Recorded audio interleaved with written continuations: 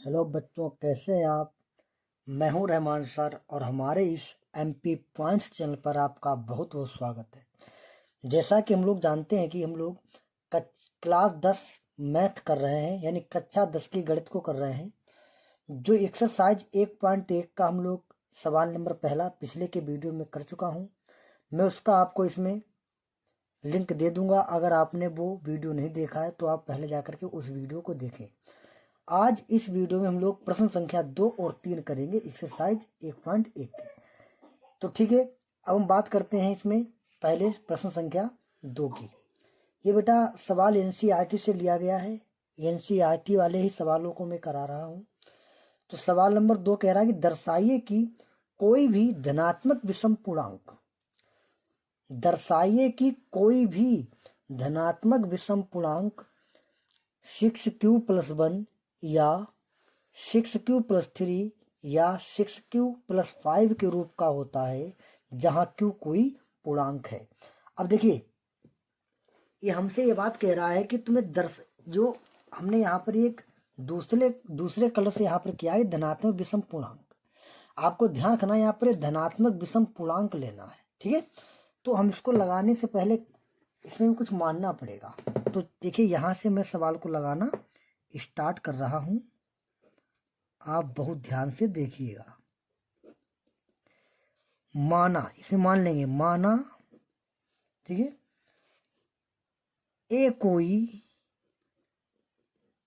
माना ए कोई धनात्मक पूर्णांक है, ठीक है, धनात्मक पूर्णांक है, ठीक है। ये हमने यहाँ पर मान लिया कि माना ए कोई धनात्मक पूर्णांक है। और अब देखिए, हमने एक ऐसा क्यों माना, ऐसा मैंने क्यों माना, इसको बहुत ध्यान से देखिएगा।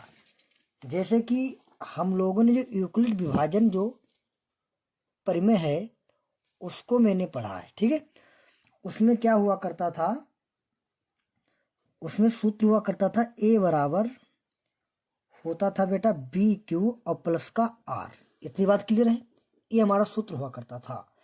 अब यहाँ पर देखो हमसे क्या लिखा है, ये 6q+1 लिखा है सवाल में। फिर हमसे लिखा है ये 6q और +3। फिर बेटा इसमें लिखा है 6q और प्लस का 5।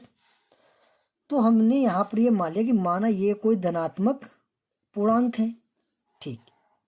अब देखिए, अगर हम यहाँ पर ए बराबर लिखना चाहें, ए बराबर तो लिख सकते हैं ए बराबर।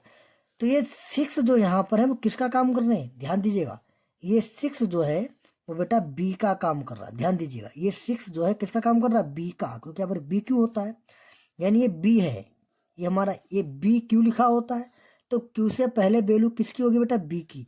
तो यानी यहाँ पर हमारे पास जो आ गया है बी की वैल्यू, वो हमारे पास है 6, यानी बी बराबर 6 है। इतनी बात क्लियर हुई। बताइए, हमने मान लिया कि माना ए कोई धनात्मक पूर्णांक है और बी बराबर 6 है। कहाँ से है, क्योंकि ये अभी मैंने आपको समझाया।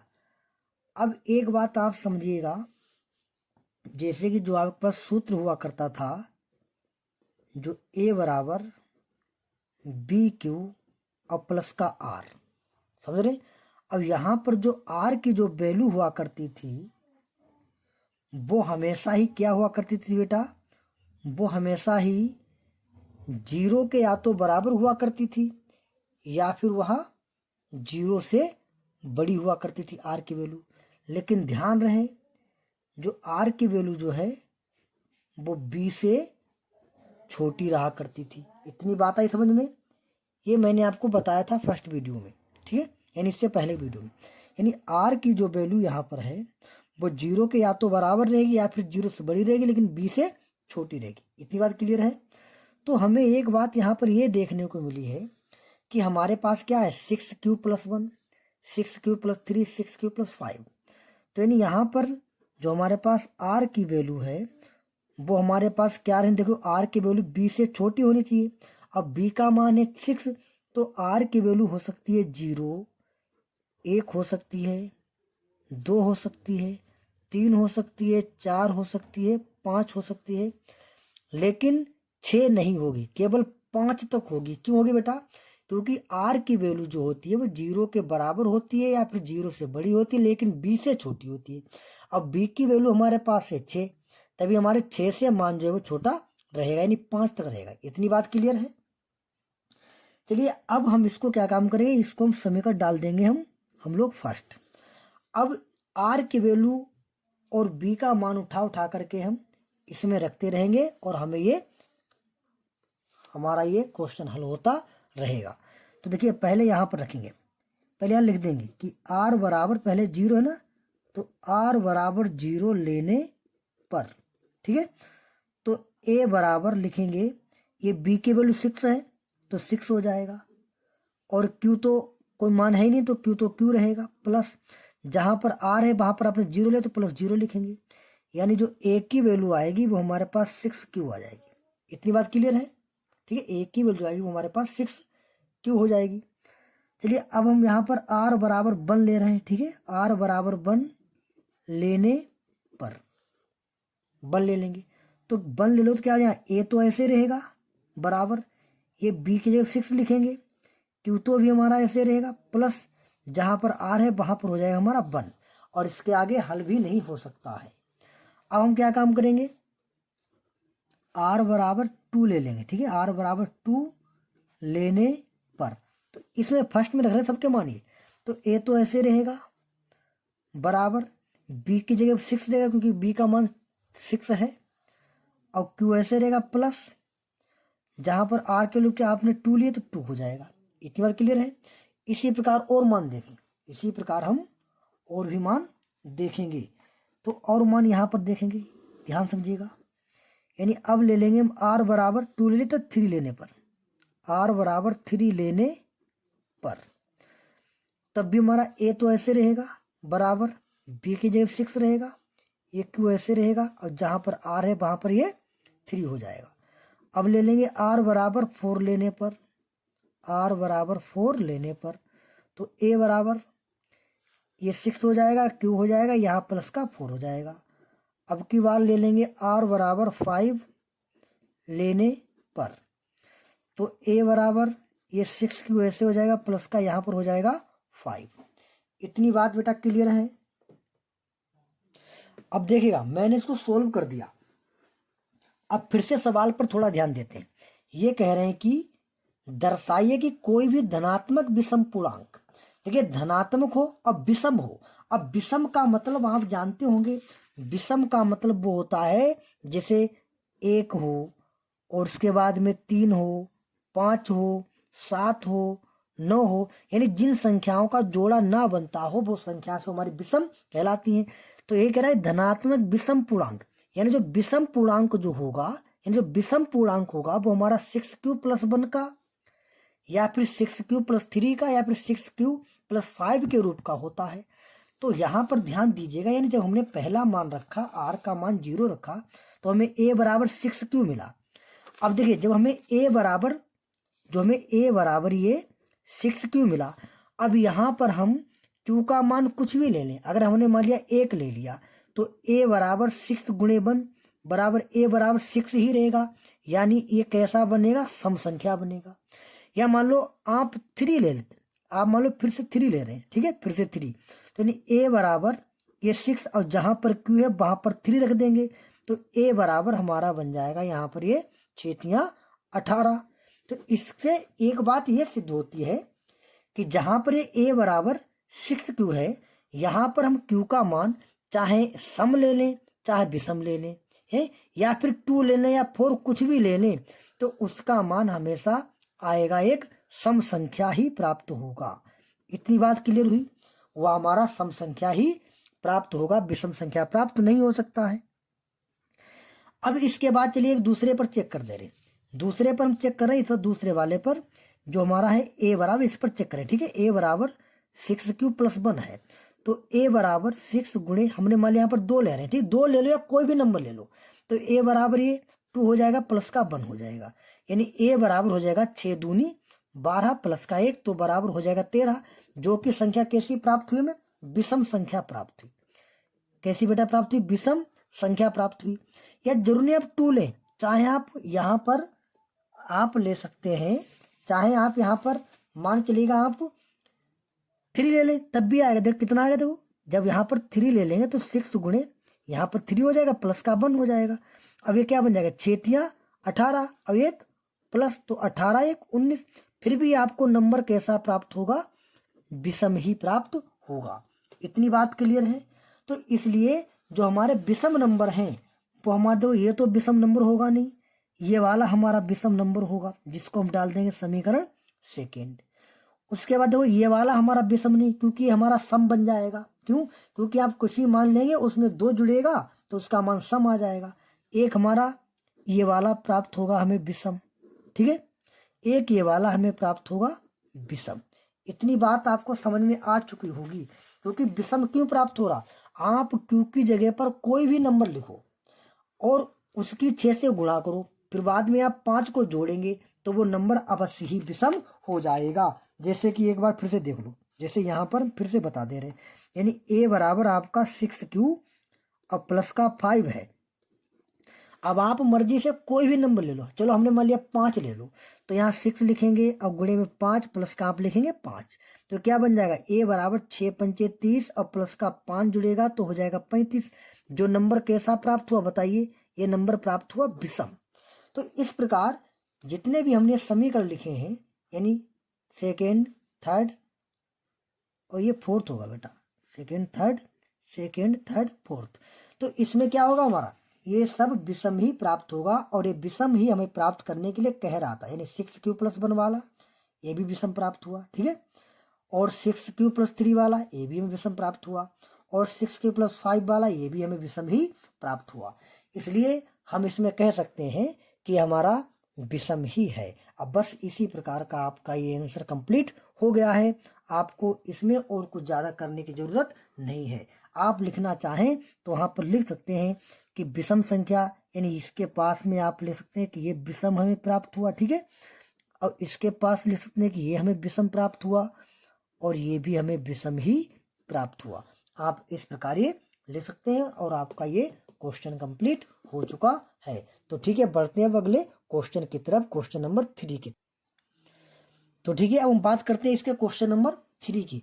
जो क्वेश्चन नंबर 3 देखिए आपका इस प्रकार है, हमारे पास एनसीईआरटी की किताब है, एनसीईआरटी में मैं आपको सवाल को दिखा दे रहा हूँ। लिखा, किसी परेड में 616 सदस्यों वाली एक सेना की टुकड़ी को, ठीक क्या है, किसी परेड में 616 सदस्यों वाली एक सेना की टुकड़ी को 32 सदस्यों वाले एक आर्मी बैंड के पीछे मार्च करना है, यानी कि लगाना है। दोनों समूहों को समान संख्या वाले स्तंभों में मार्च करना है। उन स्तंभों की अधिकतम संख्या क्या है जिसमें वे मार्च कर सकते हैं। अब आपको यहीं पर ध्यान लगाना है। देखिए लिखा है अधिकतम संख्या का, अधिकतम संख्या क्या है, क्या कह रहा, अधिकतम संख्या। और एक बात हमेशा ध्यान रखिएगा, जब जहां पर कहे अधिकतम संख्या तो वहां पर HCF निकाला जाता है, और जहां पर कहे कम से कम संख्या तो वहां पर बेटा LCM निकाला जाता है। इतनी बात क्लियर हुई। तो हमसे ये कह रहा है कि अधिकतम संख्या क्या है, क्या कह रहा है बेटा, अधिकतम संख्या क्या है। तो अधिकतम संख्या निकालने के लिए हमें क्या निकालना पड़ेगा, HCF निकालना पड़ेगा। तो इसका मतलब यहां पर ये हुआ है कि यहां पर अगर हम HCF प्राप्त कर लें, और किसका HCF, ये 616 सदस्य, तो यानी 616। अब 616 सदस्यों को हमें किसमें बदलना है, 32 सदस्यों वाली टुकड़ी में, और कामा 32 बराबर क्वेश्चन मार्क। इसका मतलब यह है 616 और 32 का अगर हम HCF निकाल लें, ठीक है, तो हमें इसका आंसर मिल जाएगा। इतनी बात क्लियर है। तो ठीक, हम किताब को हटा दे रहे हैं और फिर इसका आप LCM निकालिएगा। देखिए किस प्रकार ये हमारा सवाल लगेगा, बहुत सिंपल सवाल। मैंने कल भी आपको बताया था, यानी कि 32 जो है वो छोटा है और 616 जो है वो बड़ा है। तो जब ये 616 बड़ा है तो 32 को लिखेंगे बाहर, समझ रहे हैं, और 616 को लिखेंगे अंदर, यानी यूक्लिड विभाजन से करेंगे। तो अब 32 का देखिए कितना, 32 का जब आप भाग करेंगे, कितने से भाग करेंगे ध्यान दीजिएगा, 32 से भाग करना पड़ेगा हमको, यानी 616 से। तो 616 से भाग करेंगे तो आपको समझ में आ रहा होगा यहाँ पर कितना बार पड़ेगा। बहुत ध्यान से देखिए, कल भी मैंने आपको इस सवाल को बताया था। तो इसमें जो हमारा भाग पड़ेगा तो हम डाल सकते हैं यहाँ पर 19 पड़ जाएगा। कितना पड़ जाएगा बेटा हमारा? 19 पड़ सकता है, ठीक है। या फिर आप एक काम कर सकते हैं, इसमें देखिए इसमें नीचे उतारा नहीं जाता है, इसलिए आपको इतना भाग डालना ताकि इसके गुणा करने पर हमारा यानी इतना आ जाए। अब देखिए 19 को मैंने क्यों चुना वो भी आप ध्यान देखिएगा, क्योंकि 19 को मैंने इसलिए चुना है, ध्यान दो इधर, क्योंकि अगर हम 32 की गुणा करेंगे 19 से तो 616 से अधिक ना हो पाए, 616 से बेटा अधिक ना हो पाए।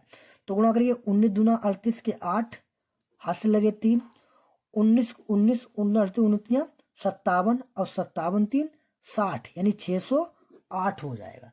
इतनी बात क्लियर हुई बेटा? कितना हो जाएगा? 608, जबकि है कितना? 616, ठीक है। मतलब यहाँ पर आप ऐसे नहीं कर सकते हो जैसे हम आपको बता दे रहे, जैसे 32 से आप सोचो 616 को भाग करना है तो केवल 2 में भाग कर दें, यानी 32 कम 32 डाल दें, ऐसे नहीं कर सकते, ये तरीका आपका गलत हो जाएगा।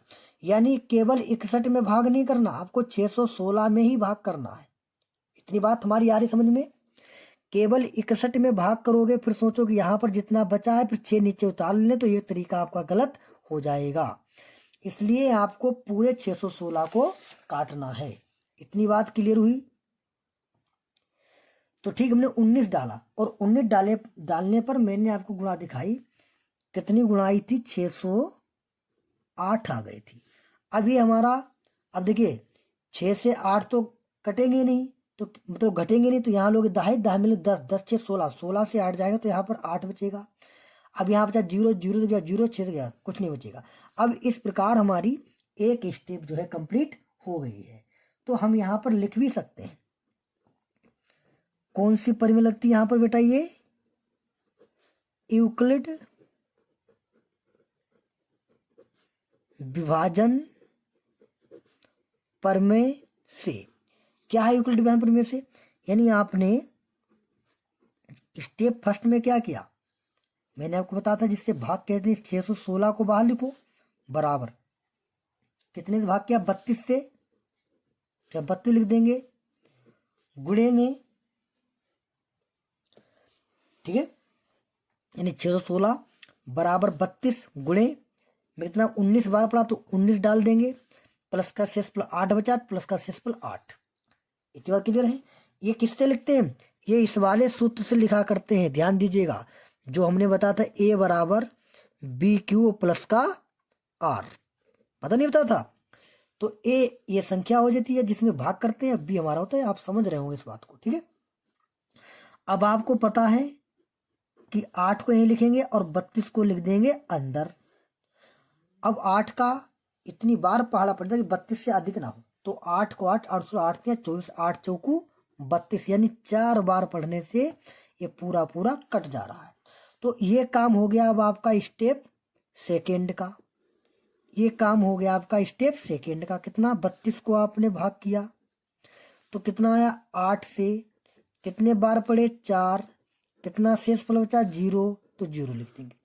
अब मैंने आपको कल भी वीडियो में सिखाया था, या आप फिर से समझ लीजिएगा, जो नंबर इसको 0 बना देता है वही हमारा HCF होता है, ठीक है। यानी 0 आकर किसने बनाया? 8 ने, तो 8 हमारा हो गया HCF। लेकिन हमसे सवाल में पूछा गया था कि स्तंभों की अधिकतम संख्या क्या है, तो यानी कि स्तंभों की जो अधिकतम संख्या है, स्तंभों की